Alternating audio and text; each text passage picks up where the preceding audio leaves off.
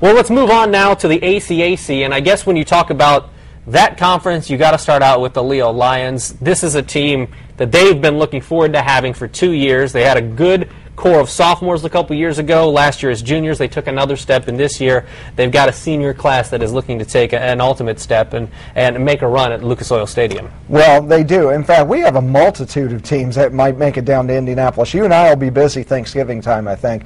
But Leo has been working towards this year. They went through the growing pains 2 years ago. I don't want to say they had that many growing pains last year. They won 8 games last year. So those sophomores turned into juniors and were very, very good. Now they're seniors, led by Connor Kasser, who along with Daniel Myers, one of the best running backs in the area. And so they're going to run the ball, but they have a lot of athletes out there that can do different things. They're not just going to run the ball 100% of the time, but they should dominate this league.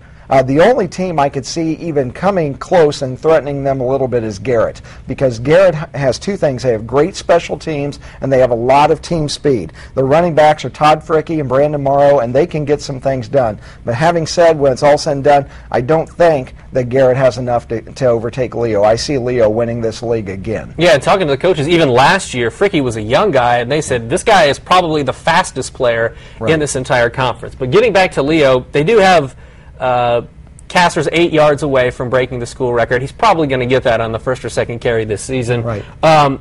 But they also returned Kyle Marzek back there. He can handle. That's as good a 1-2 combination, perhaps outside of Homestead's Cody Appenzeller and Brad Mills, that you see coming back this season in an offensive backfield. Although Andrew Such, in talking to Coach Jared Souter, looks like he's going to miss most of, if not the entire season, with an injury he suffered during baseball. So they're kind of looking for a quarterback at this point. Well, they are, but they've got a great running game, which will help the young quarterback develop.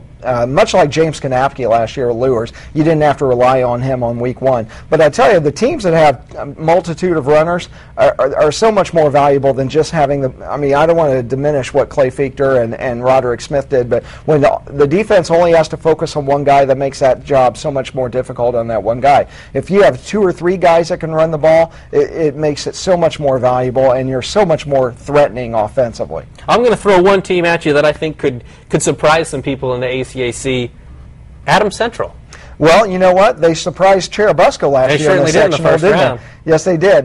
They played a lot of young players last year, and they started out the season just in terrible shape, not physically, just trying to develop young players on the go. But by the end of the season, they went to Cherubusco and they knocked off the Eagles, who are a very strong program. So yes, they got better every single week. But I tell you, if there is a sleeper team in that league outside of Garrett, I would say maybe Heritage. Heritage has a new coach. He's a defensive specialist, been an assistant there for a while. They have 80 kids out for their program. For a school that size, that's very impressive. So I could see Heritage doing some damage in that league, but like I said, when it's all said and done, it's going to be Leo that rises to the top. Yeah, Dean Lehrman taking over that program. I believe he's been an assistant, I think Coach Snodgrass told me, 33 seasons, so certainly earning that position out at Heritage.